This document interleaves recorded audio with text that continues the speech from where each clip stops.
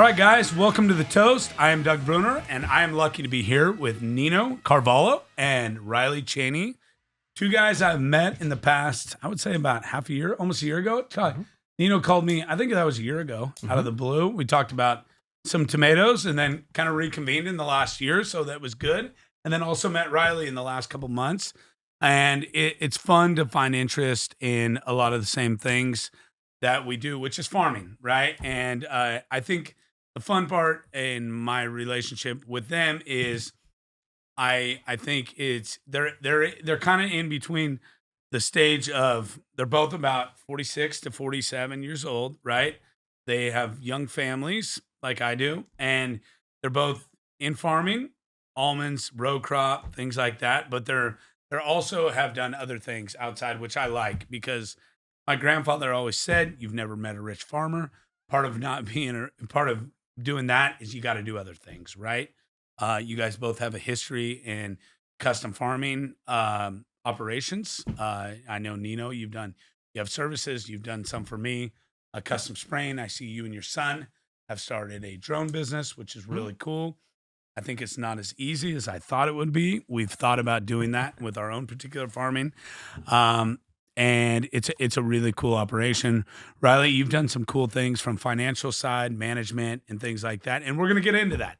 We're going to get into talking about where you guys are seeing, I guess, opportunities, where you've seen disadvantages, and how you guys believe farming has changed in the last couple conversations I've had with you guys. And like Riley said in our pre-deal, profitability is something that he thinks is most important. And I think that is the true case in all of farming right now, because everything can be so fun for so long. It can be a family dynamic for so many generations, but eventually without profitability, you'll eat yourself alive. So number one, I want to say thank you guys for coming. Thank you. Thank you. I know, Nino, man. you are a good talker. No. But we put a mic in front of you. You better keep it going, right? So again, both from the San Joaquin area, right? Yep. San Joaquin Are you guys Tranquility. both born there? Yeah, San Joaquin Tranquility. Okay. So give me a little history on you guys, both of you guys. It would be great to know your guys' family, how Yeah. you guys arranged there. Was it, I know a lot of people have started in the dairy business or cotton or whatever that may be. But make sure you talk in the mic. Okay. So Otherwise Josh will yell at you over there. yes, I'm fourth generation on my mom's side, third generation on my dad's side. We were just a row crop farming family, cotton, tomatoes, just kind of like the valley was on the west side, right? Yep. Did that, grew up in Tranquility, went to Tranquility High School, went off to Cal Poly. Matter of fact, my other side of the family had a dairy, always interested me. So I actually did dairy science and ag business. Same here. Yeah. So it was in something different, When I was there, I was, my whole passion was I wanted to farm. That's right. Yeah. This is what I'm going to do. Unlike all of us, but we know what we want, right? Yeah. During that time, my family, Kesterson was out west. That's where our farm was. Got hit with all the drainage. So things were pretty tough. Everybody was struggling a little bit. So there wasn't a lot of room. But it's funny kind of how opportunities pop in your lap. I never dreamed about it. Never thought about it. I still wanted to farm. As I was at school, I bought an old spray rig. And we were going to try to do some of ours, help out some, clean up some of our own bills and do our things. And in that meantime, started getting questioned about coming and doing a little bit on the side. So kind of looked into it, went about, got my licensing, and I started to do that. Well, it grew into something where I could stay in school. I went 2 quarters, and in the fall, I took the last quarter off, right? Because you're busy. And I defoliated cotton. I could make enough money doing that it kept me to stay in. I didn't have to get a job or work at school, go for the next 2 years. You didn't drink beer during that time, did No, you? not at all. Library time. Library time. And really hard studier, huh? Yeah. And anyways, did that. Came back. It was big enough to keep pushing on. The farm wasn't really big enough to come home to. Still had the passion to farm, right? And in that time, I kept growing and doing that.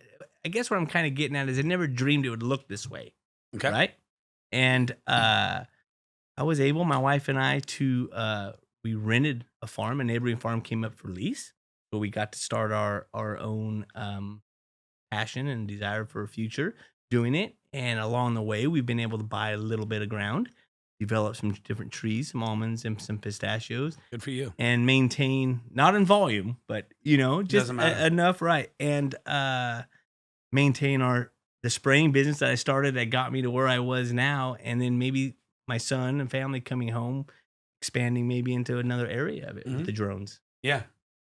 I see you guys are boosting that. It looks cool. It looks really good. We're not very tech savvy when it comes to we're the technology it's good, side. but I mean, it's more you're making it look. I mean, that you're proud of what you're doing, right? And you know what you're doing, right? And your son does. Trying to, yeah. Yeah, and for me, you guys were the first drone experience Oh, cool. I've ever that day. I met you guys out there on Gruppetti's Ranch. Yeah. And that was the first time. I know we've had drones spray for us, but it was the first experience I've ever had, like seeing it in person. Oh, cool. Yeah. I appreciate the opportunity to even do it. For you and I guys. remember the county actually came out that day. And I was like, oh, son of a always bitch. happens that way, right? Yeah, and I'm like thinking, and Nina's like, here's $100, get the hell out of here.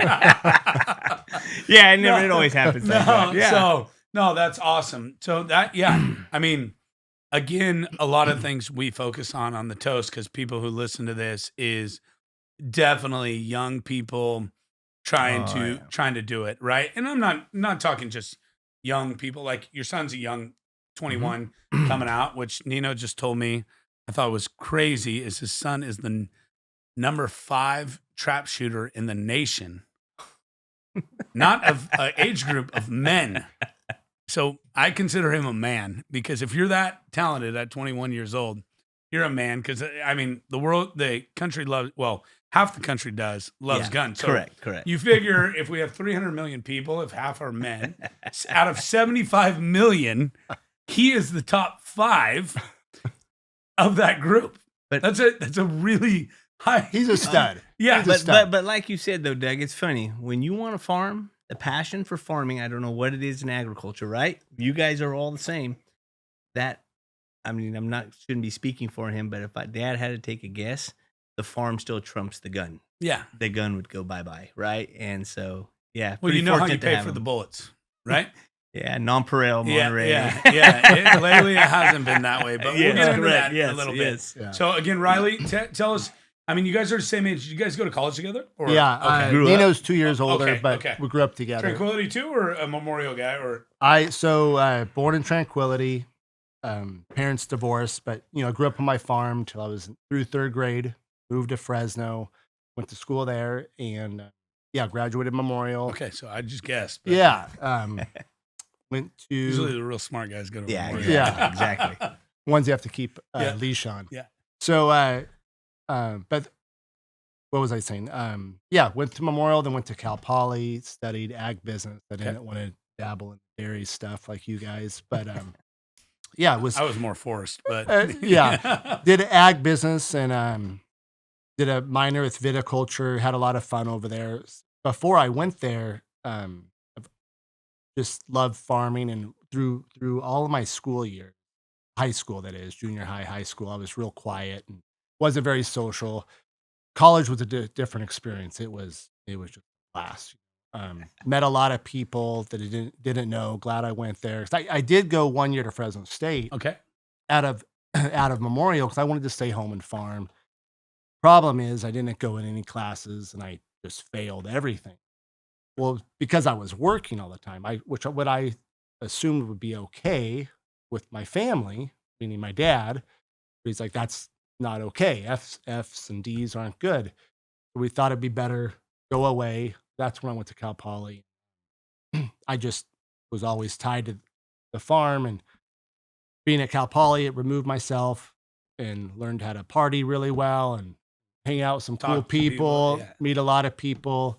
So that was a blast. And after Cal Poly, I came home straight back to the farm, and it was a learning curve. Now I'm 22 years old, 23. I don't know. It took me a little while, but butted heads with the foreman or my dad, thinking, I'm the young new guy. I know everything. We should do this. We should do that. And my dad's like, no, no, no. I'm the boss. I'm like, okay, well, I'm gonna go try doing something else. So I tried the insurance market. Had a lot of buddies and older agents, and these guys were all doing great. And they worked hard, but they played hard, and it looked pretty appealing. So I tried that, and that didn't work very well. And then I went and tried chemical and fertilizer sales. Again, both of those, once I went from less salary to more commission after a little bit of time, I realized I wasn't a salesman. Gotcha.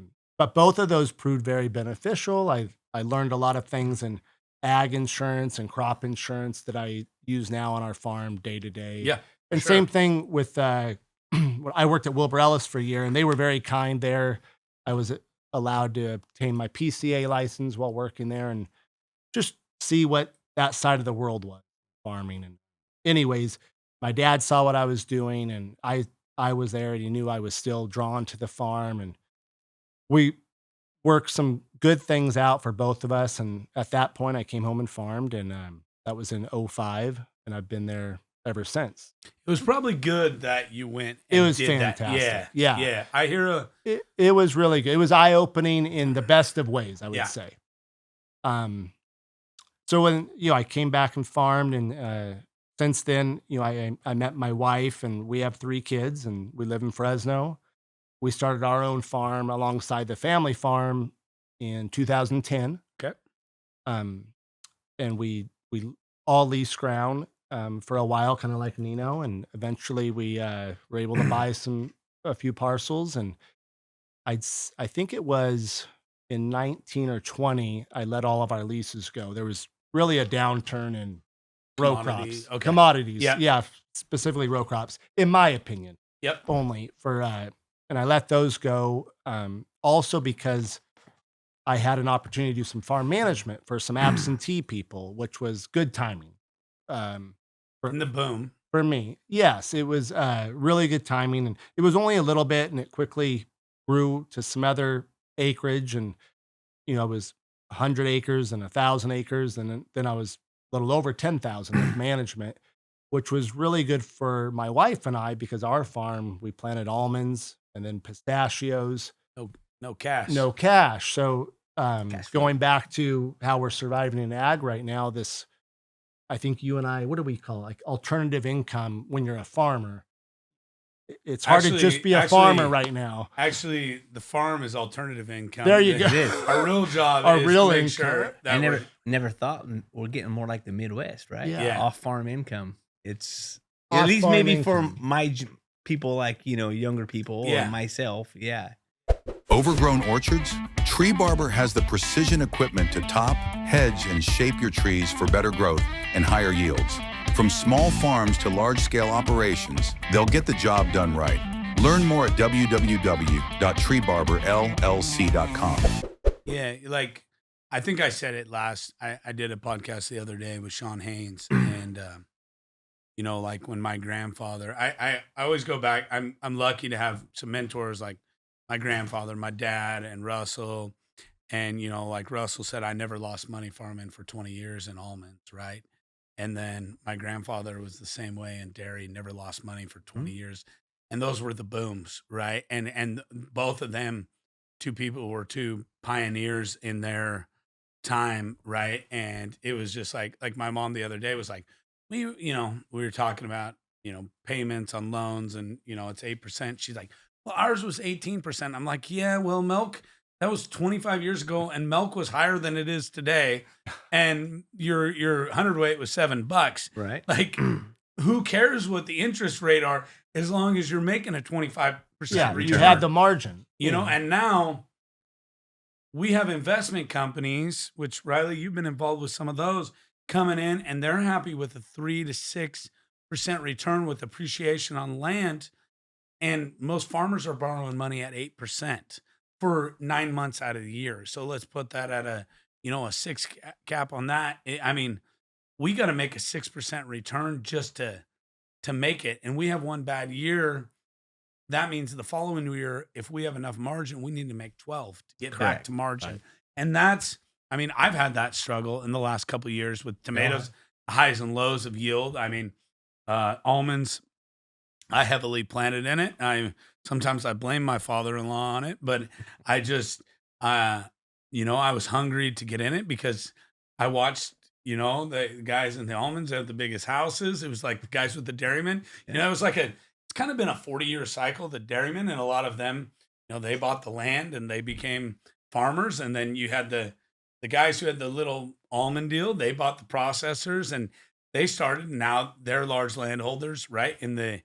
And those are the guys who've made it, right? And then now it's really, now you see the guys who are making it in the almond deal are the guys who have the processors, the holders. Secondary service. And you see the dairymen who've made it, who really expanded in those times, are guys who built their own processors, Right. or what, Right. you know, beef lots and things like that, who are expanded on or have planted almonds at the same time. Other sources of income because Vertical integration.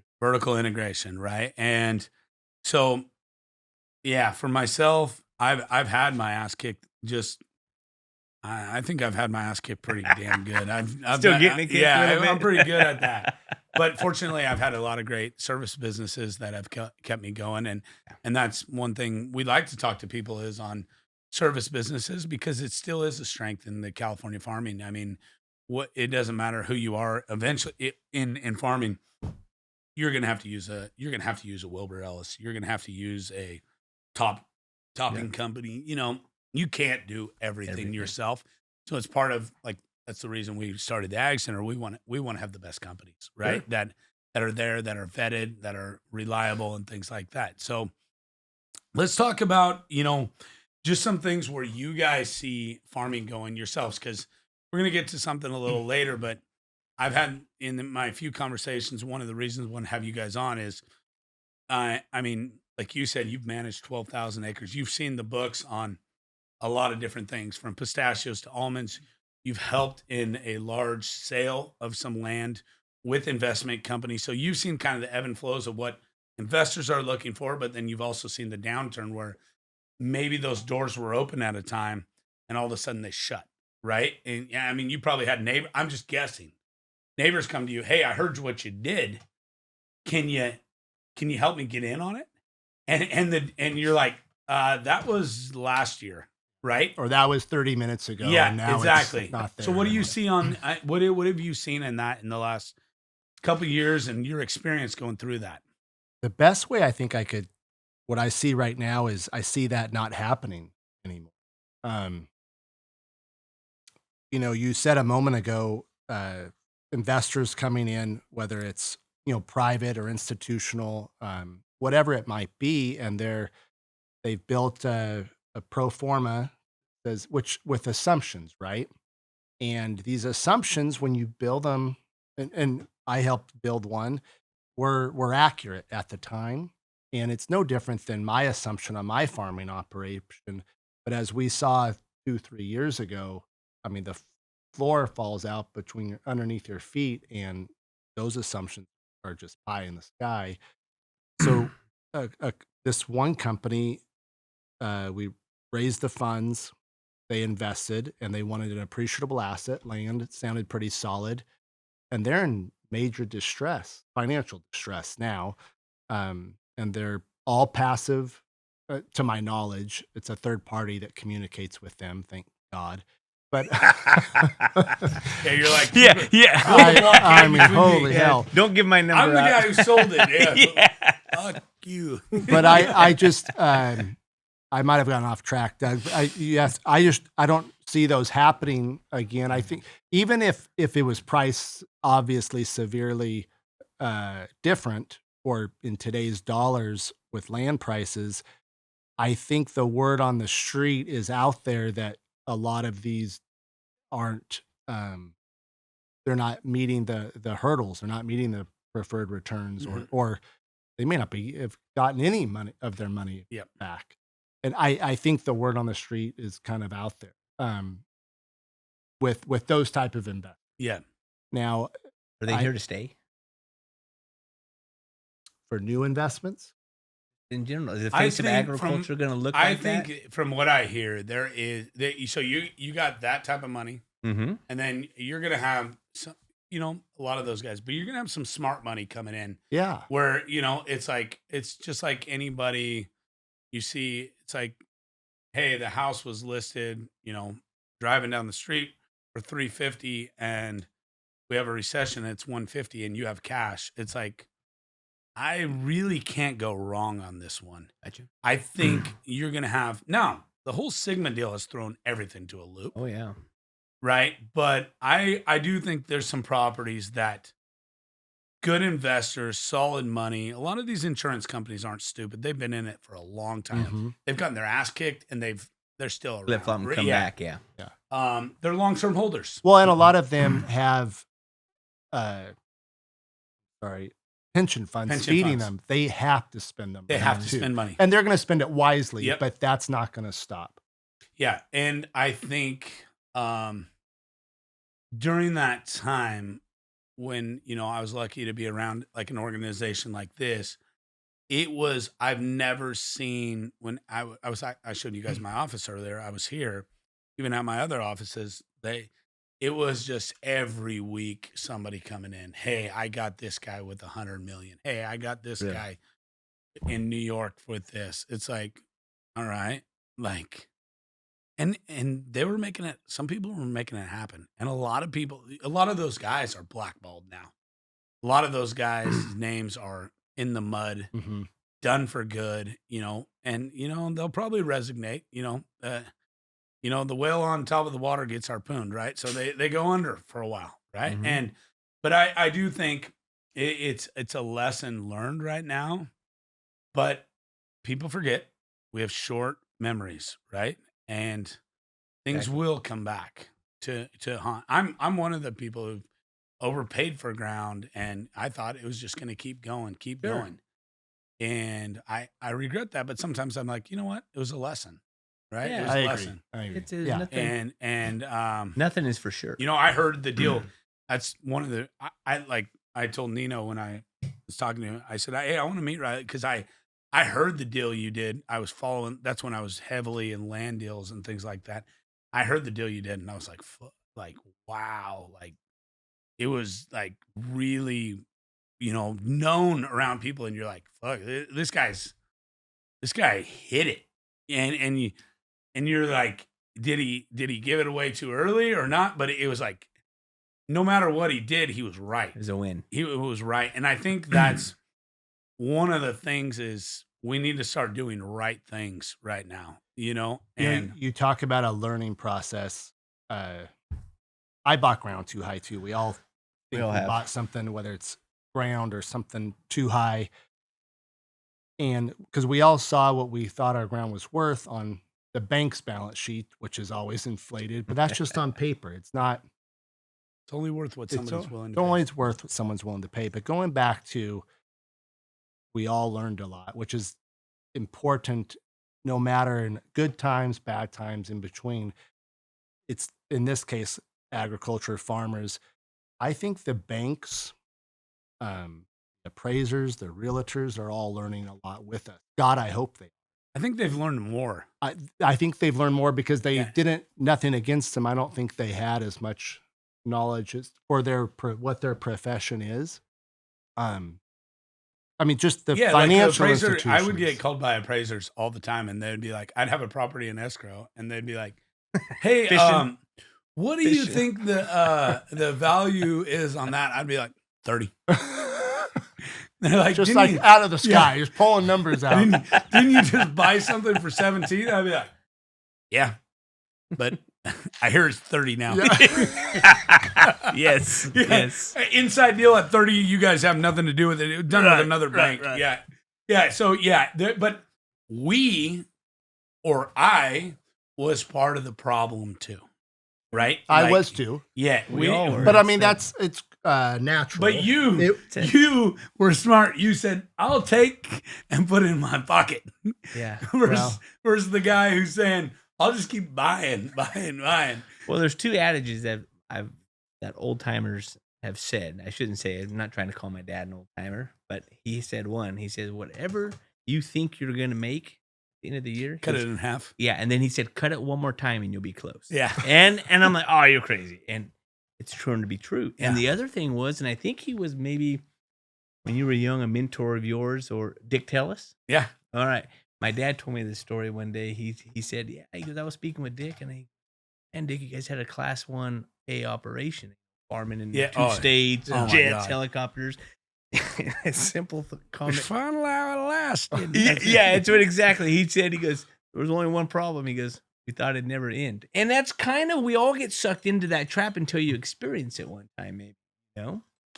Yeah, Dick was the man. I mean, that was some impressive stuff, you know?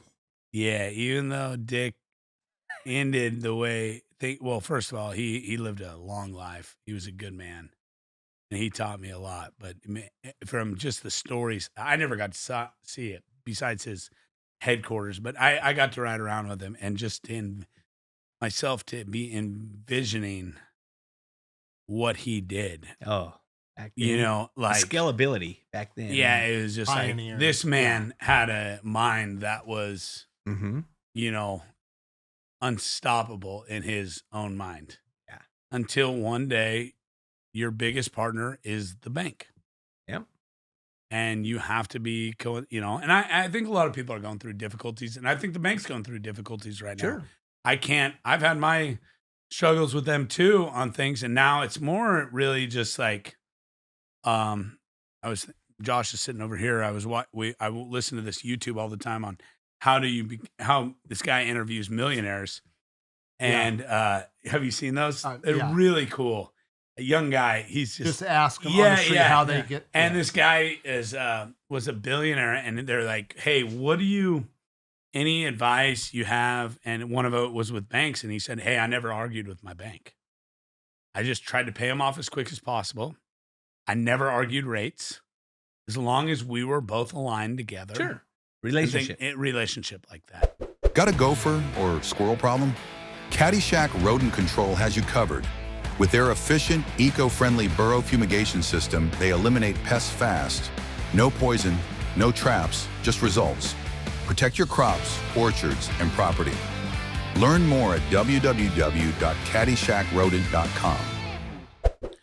It just, you know, we're always sometimes, you know, you're in custom, you know, doing operations, and the guy who's bickering you're like, "Hey, what am I going to spray for $25 an acre?" And the guy goes, "Hey, I need it at 23. You're like, "All right. Yeah, this is not going to work." Right. You know, instead just pay me 25. That's the rate. And I'm going to do a really good job. The value. Yeah. The value you're going to get out of it. Yeah. And the You try experience. to, and you try You're to gonna give them a good experience. to do that, you know? Yeah. That's, or you take the $3 and you spread it over 100 acres and it's $300. They're not thinking about the volume. It's like buying fertilizer, right? what you $2 say a ton listen, is I'll not. do it for 25. Here's $300. Take your wife out to dinner tonight. We'll deliver at 25 because I don't want to tell my wife we're lowering prices. Exactly. Right? Yeah, Exactly. you know, but it's just like all of a sudden they look at it and it's like, that's what I was arguing over. Yeah. It's looking at the little bit bigger picture. Yeah. You know, maybe you're going to get it back somewhere else. Right? Yeah, but I have fallen short of that. In Sure, we all service have. businesses, None of us are perfect. And it's just like, it's tough. So you guys both have family farms. What do you see the sustainability for that right now with the future right now?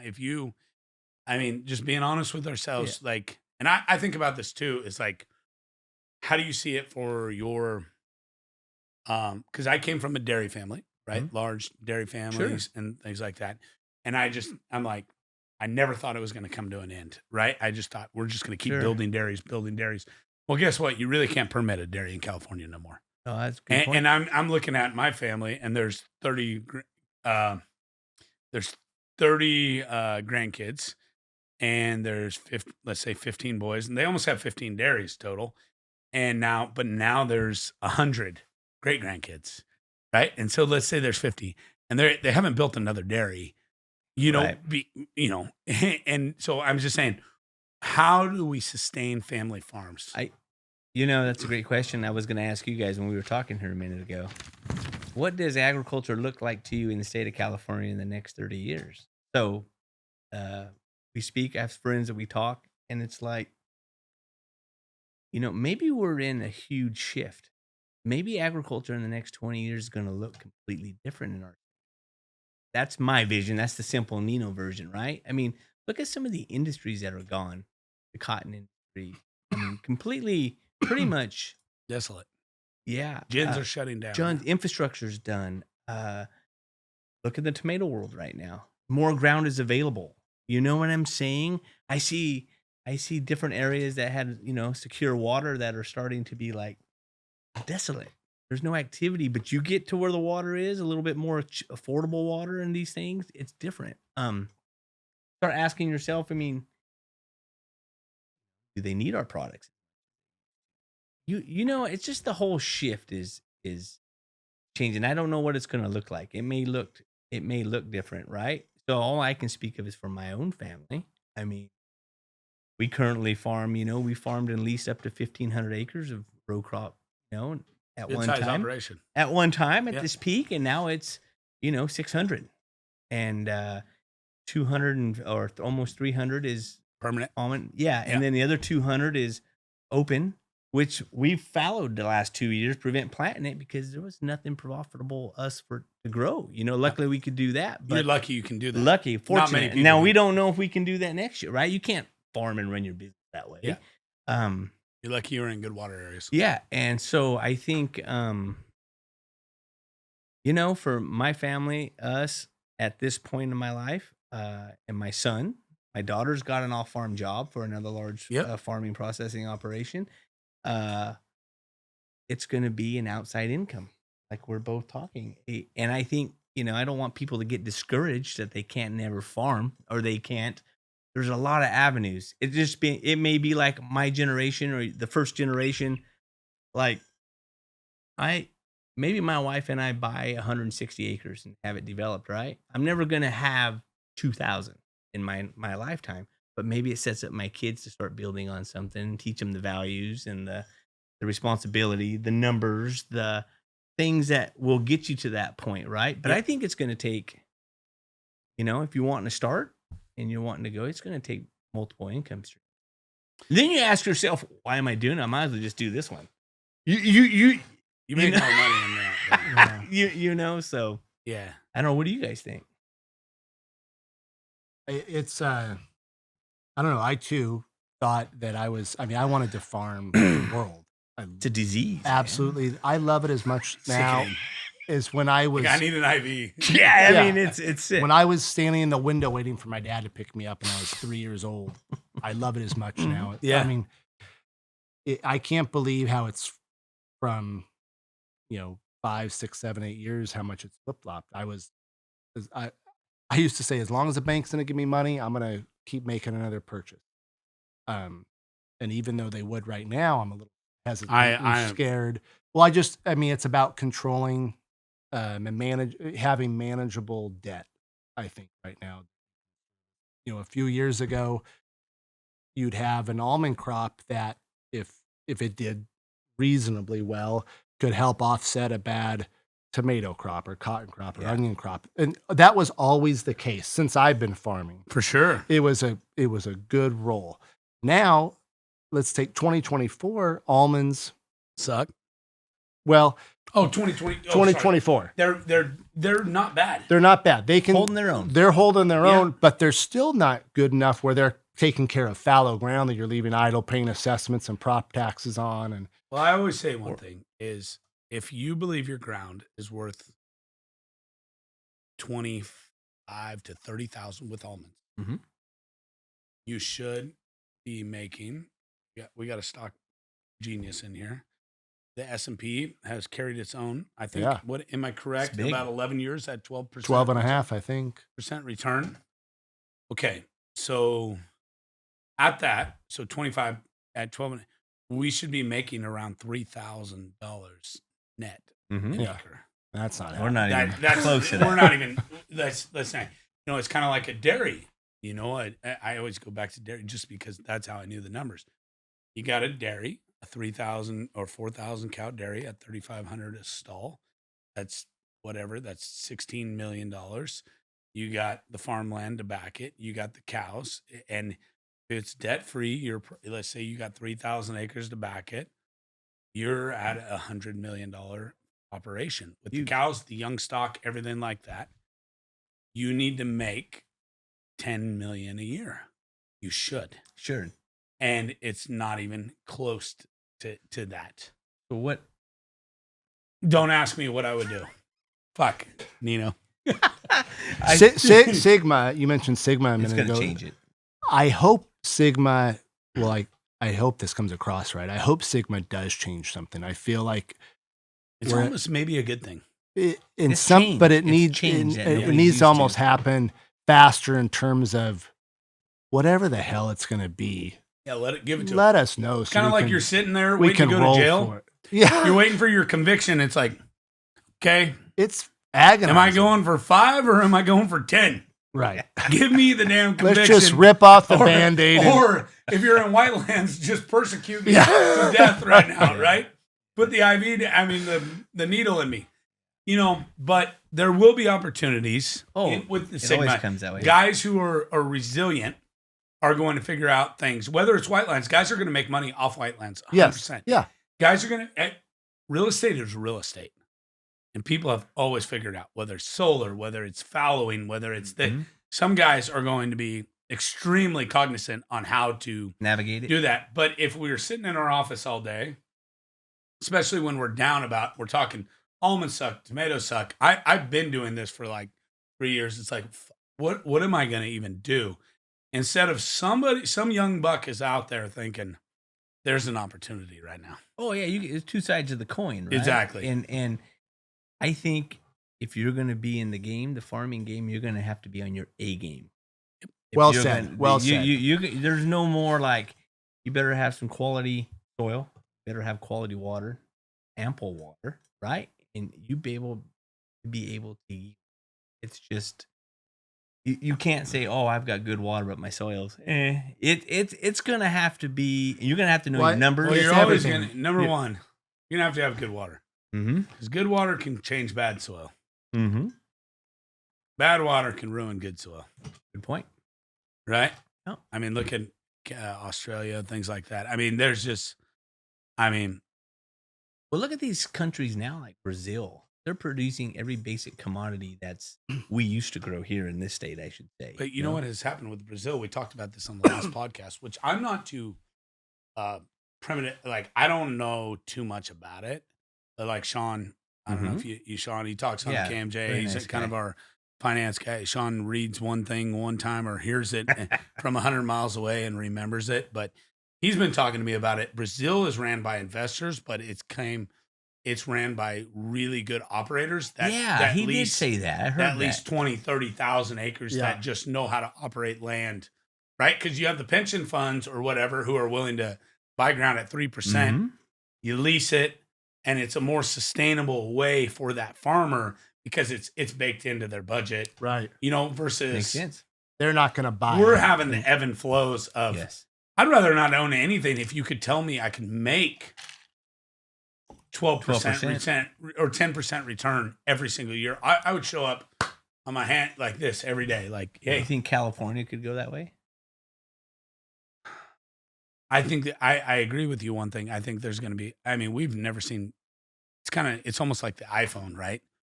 What we've seen in the last 10 years, we cannot imagine. This is sick, actually. And I'm part of the sickness. Yeah. But what we've seen in Agland in the last 10 years is not something. I've only been farming for 10 years. This is my 10th year of farming. So I've been in it very, I've expanded. We're talking with my farm management team today. Like, we've expanded too much. Like, but luckily we've hit some right things. And now we're kind of getting, after like 10 years, you're like, oh, okay, I probably shouldn't do this. I probably should do this. Right. And You learn. Yeah. Thrown some grenades out there. Right. And we've dodged them, but it's been a lot of fun. And hopefully this almond deal, which I do think is going to be, I'm bullish on it. I think nuts I think proteins are something people. I mean, we're talking about eggs a minute ago. You can't. Your breakfast is now costing you $5 to eat eggs, or Yeah. 4 eggs, and add your kids onto it. You never thought that eggs used to be the way we're going to feed cheap protein, right? Yeah. And beef is going to just watch out with beef. The shortage on beef is going to be. We have a 3-year run on this, so your $30 fillets are not going anywhere, right? Wow.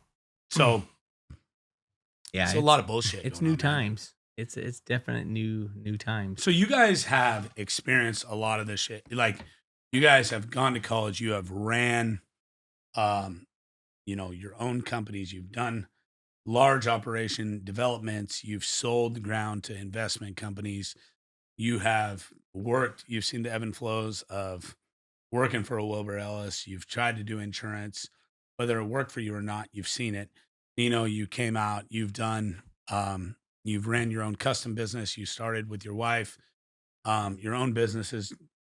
You guys have together kind of looked at some ways that, which I appreciate, because this is one of the I always say one of the reasons the Ag Center, whether they think it or not, our goal is to educate. Our goal is to promote sustainability for long term for agriculture. Mm-hmm. And I think that, especially, I guess, not against corporations or anything like that, but we do want people to keep growing in, whether it's a custom guy, and I get it all the time from young guys, and I promote it. I want them to make it or buy, because I'm almost 40. I don't know of any 40-year-olds who are just buying ground or leasing ground hardly anymore. I couldn't count it on all my fingers of anybody I know doing that. You made a comment about earlier, Doug, about like being victim or not victim, but we're guilty of things, right? Well, I'm just kind of looking at it at my age at 48 now, where I was very, very fortunate. It's all about opportunity, right? Mm-hmm. It's what you do. There's opportunity out there for anybody. Yep.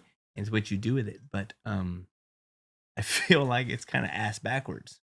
I was given from the upstairs or whatever, the big run, like maybe yourself. Hey, that was 10 years, man, developed, grew. I did all this, right? Now it's like, oh, okay, here's the other half. It's like reversed. I'm not going to say it was, I was fortunate. It was just kept coming, right? Like you said, those investors, you just keep going and improving yourself.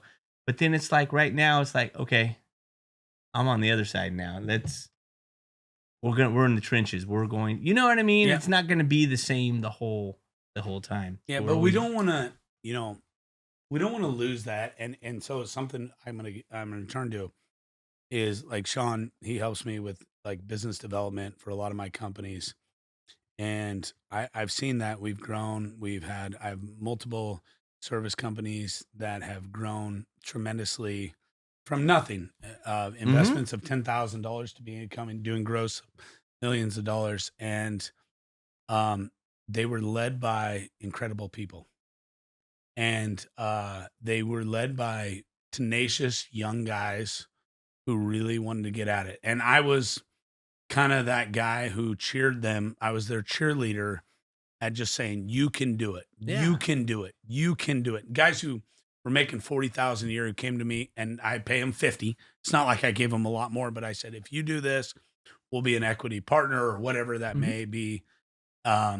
Whatever decision we made together, they didn't always work out, but majority of them had, if they were competitors and things like that. And in the last week or two, I've really looked at my businesses, and I'm saying, almost in some businesses are not meant to grow much more. They're kind of tapped out, and you gotta realize that. Good point. But I have about 3 or 4 businesses right now where I'm like, I need a tenacious leader. I need somebody who is guy or girl. No, I don't really care. I mean, the women nowadays, I'm not saying I didn't work around women my whole life until about the last 5 years, right? And I have incredible women who are extremely smart, who are tenacious. They know how to get it. So what I'm really seeing now is what I'm wanting to do right now. Had a lot of talks in the last week, is who is going to be that next leader in line, because it's just like our army. If the government told us, "Hey, we're going to war and we're going to have the same old general going out there," things have changed. Things have changed, Good point. and so that's something I'm working on. Mhm. My own businesses, I want to make those changes and I want to lead those people. Mhm. But I only have so much bandwidth, Sure. right? So much energy. And so I know something you guys are working on coming out with, and I don't know if probably not going to talk about it much. It's going to be something coming out soon, but I mean, you guys have had the background of doing it yourselves, making it, and um, you know, with your wife, it's a total commitment from everybody, the family, Sure. everything like that, and yourself, long days. And I know you guys are kind of, almost voicing like how I've looked at my businesses, and you guys are kind of wanting to do that with young guys out there. And I think with, there is so much opportunity in ag. There's billions of Sure. dollars getting spent in the California ag market. And us as, me as a business owner are looking for young guys who are willing to do that. Right. So I don't know if you guys want to touch really on that. I know we're kind of getting long on time a little bit, which has been fun. I mean, you can talk for an Yeah. hour and feel like you haven't talked at all. Right. But I don't know if you guys want to touch on that. I mean, it just, the more you guys kind of what I've done in the last week kind of reminds me now of what you guys have talked to me over the last couple months when we have met. Well, I think it's all about giving back, a lot of it, right? Helping others, just like you mentioned. Riley and I have been sitting here pondering, like, what can we do? How can we change this? What can we make this? And we both thought of let's reach out and help, and maybe help others. We think there's a generational gap. Absolutely. There's no, in our area, there was probably 20 family farms around that are gone. People are, coming right out of school. Some things are lost, like probably you guys. I mean, my grandpa and my dad taught me things. It's like agriculture. It's like being in the farm. It's putting the whole picture together, right? Finances, irrigation, I mean, HR. It's all this. It's manipulating this whole puzzle every day, and it could be different. And I think that's kind of going by the wayside a lot, right? And we were thinking of a program, working on a program that we could help others navigate those issues. If it's the salesman, chemical salesman, to a young entrepreneur wanting to start off, Mhm. They always say learn a skill, right? Well, I'm like, shit, we learned how to farm, run a Yeah. farm, right? And I'm like, how can I can? That's the only thing I know to give back. And Right. It's second nature, and we want to. We have fun doing what we do. We have fun teaching it to others, whether it's our kids or other young people we know, and so we want to help people, just like you're doing with Ag Center. That is Mhm. helping people. It's helping businesses, but that's people, and there are other people doing the same type of things. Whatever the service is, help, and we want to help people. And we've started, in fact, with your centered marketing, where we've developed a business. We're going to call it Grow 360, and we're hoping in this year 25 to do more of a launch with it, and how we reach people yet is to be determined. But our end goal is to provide a service of helping people, mentoring them, listening to them, and Fill those voids, those filling the questions you're- voids of. There's a difference. So, and Doug, it goes to you guys in your group at Ag Center. Once we got to know you and everything, it's the age, we were both talking about it earlier, man. That how, dude, when I was young, farmers didn't share. Nobody shared anything. It was, I'm gonna eat you, or I'm gonna get yours, or And it seems like that's shifted. Everybody kind of, everybody's sharing to help to get through. Yep. Do you guys notice that? Yeah. In your group especially is that way? I think one thing I was thinking, like you say, 20 family farms have been gone. Mhm. Now you see them at functions, and you kind of remember, like, out when you guys grew up together, and it was like, your dad actually embodied you and helped you, but you kind of remember that guy never got any help, Sure. right? So Sure. when it came their time, it was not. Yeah. They weren't ready for that. You know what I mean? It was like it wasn't nah. pretty. It was almost like it's stage fright, right? Like Yeah. it's just better to let it go. And the dad's like, I'm gonna just sell it because they're not ready for it. Sometimes you didn't invest the time. Yeah. We were maybe fortunate about that. Our dad's family invested the time in us. No, that's maybe, huge. right? Yeah. So I think that's kind of Kind of you where guys we're are- going. yeah. Yeah, Mhm. exactly. The even just a nice safe space. Just give us a call. You got a question, or maybe you don't know the answer, like Riley and I say, but hey, man, this worked for me. Go here. Yeah. You know, navigate that yourself and learn When you your guys make plan your own on journey. when you guys plan on launching this?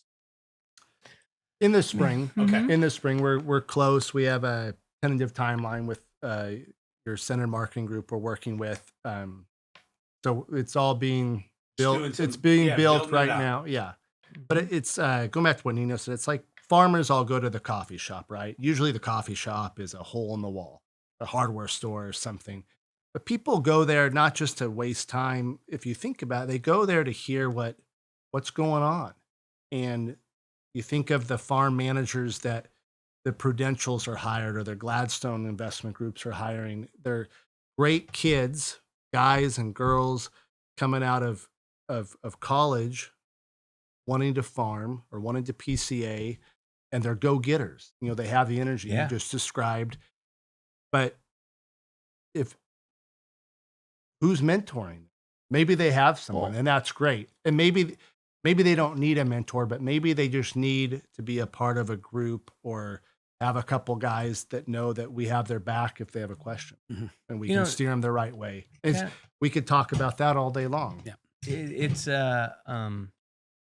what about if I came straight out of college and I love agriculture and I'm going to get a career in agriculture? I mean, showing up to that farmer's door and just understanding what he's looking at. How is he thinking? Right? It might help you Yeah, a in little your sales. perspective. A farmer's going to look at this. Do you know? Because, do you know what the current markets are? Do you know what the water situation is in his area? You know what I mean? Just some different insight. Yeah. So it's a developing business, but you're gonna. It's finding its way on its own, kind of. for sure. You For know, sure. You know where you want to go. Right. Yeah, we don't have a definite how. Yeah. Right. No, that's good. Well, those are the things I love, and I love creativity, and I think that's what we need in farming right now. Oh, yeah. You know what I mean? You So, guys have done great with the Ag Center, and what you're doing. We're trying. Is a great. Oh, you guys are killing it. I Some love it. some people they'll tune into your podcast or your TikTok or your Instagram piece, but they're not going to ask you that question. You know what I mean? There's a lot of which we'd rather it just be open. exactly, like and us that's a or not. shift. No, Yeah. and that's We're good with it. Yeah, You don't have to be everybody's friend, man. yeah. But agriculture is special, and the people in agriculture, don't you guys think, are completely? Oh, It's one of a kind. It's a Solid. breed of its all. I've done some work with some industrial companies, and it's like, it was the biggest stumbling block just because of the It's just a complete, and it made you think and be grateful for what you are part of. For sure. So yeah, well said. Well, guys, what a great time. We made it an hour, and it Yeah. went good. So, Kept- hey, I want to kept toast going. to you guys. Cheers. Cheers. Cheers. And best of luck on everything you guys do, and I appreciate it. you Doug, too, Doug. thank Thank you. you for Thank your you. time. Thank you. Very much. Thanks, Doug. Thank you, buddy. And I'm raving.